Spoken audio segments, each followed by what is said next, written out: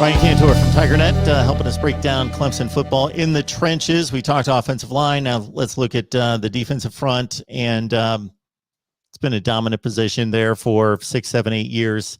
Certainly your thoughts about how it transitions from 20 to 21. Yeah, so back on that 2018 national championship team, the Tigers had their best defensive line probably ever.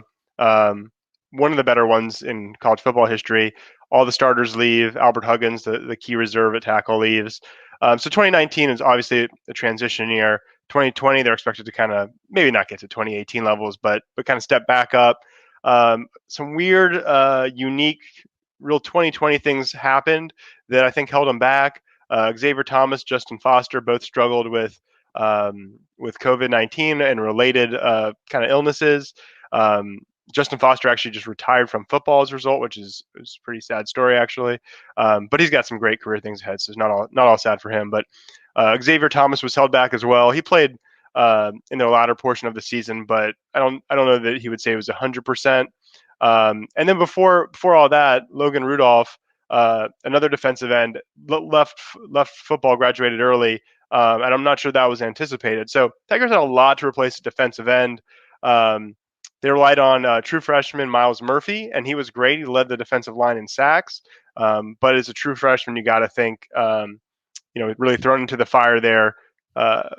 Should improve as a sophomore. They also relied a lot on Brian Bresee, another true freshman, won ACC Rookie of the Year honors. He was great, but again, should improve with experience.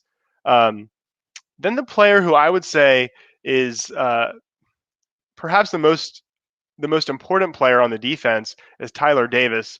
Just his impact on the run defense when he's in versus out. It's just, you don't necessarily notice him making plays every time, but the collective difference is tremendous. And he missed chunks of the year. But I think if he's back and plays a full season, it just makes a tremendous difference for this team. Yeah, from the outside, it appeared as though Skalski was the big loss during the Notre Dame loss. But once I started to talk to guys like you, Tyler Davis's name came up as he was the huge loss out of the three in going to Notre Dame. And then we saw the huge difference, obviously, in the ACC championship game when Notre Dame couldn't score a touchdown until it was too late. Clemson along the defensive line. Yeah, you mentioned Murphy coming in with 10.5 tackles for loss and 4 sacks. Nice freshman year out of him. And Bresee, a guy that everybody was talking about as he entered college football, 6.5 tackles for loss and 4 sacks. Xavier Thomas, despite not big tackle numbers, got into the backfield a lot with 3.5 sacks as well. Do we have any follow-ups on this one? Yeah. Just say anybody else, or I have some concerns about the depth. Okay. So we can talk about that. So past the starting unit, obviously the better teams in college football come at you at waves along the defensive front. How did the Tigers look? Yeah, and the Tigers are a team that is especially known for coming at you with waves, like you said. And so we talked about 3 of the 4 starters, and I think that might be 3 of the best starters on the same line. That other defensive end opposite Myles Murphy, we have Xavier Thomas coming back. We talked about him and some of his struggles with health last year. He was a huge prospect. It feels like this is the time for the breakout season, but it's big. It's crucial. Last year, the Tigers sort of had some challenges at defensive end because of the weird COVID situation and whatnot. They need a big year from Xavier Thomas, or if not need, it would go a really long way. KJ Henry and Justin Maskell are back. But I think the upside of Thomas is really really appealing. And then they also had two other guys transfer: Jordan Williams, who transferred to Virginia Tech, Niles Pickney, who transferred to Minnesota. I'm confident that there's some young players. One guy that comes to mind is Rook Orhororo, a defensive tackle, but someone's going to have to step up. Several people will have to step up and fill that void. Tigers have Peyton Page coming in as a freshman. They've got the talent to do it, but I think the depth and the depth outside of those 3 sort of star players on that starting D line is where the questions are. That's where we'll see things unfold. But I think you look at the Tigers D line, you see 3 stars and a lot of guys who have an opportunity to step up. They just need a handful to do so.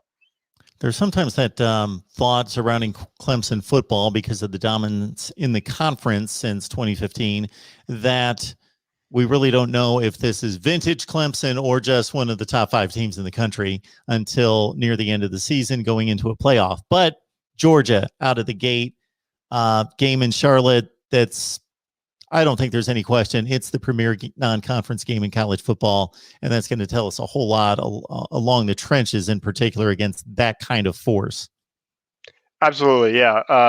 The ACC has 3 teams inside the top 25 of really the top 10 of the SP Plus rankings, but Clemson is one of them, and they don't play Miami or North Carolina. So their ACC schedule will be teams that start off all in the 30th, in the 30s or worse in the ACC. But that's all outweighed because they start off with an elite opponent in Georgia, and I think it's going to be a phenomenal test. Georgia typically has a great offensive line and a great defense. So what a great test for this D line and for Clemson's offense under a new quarterback.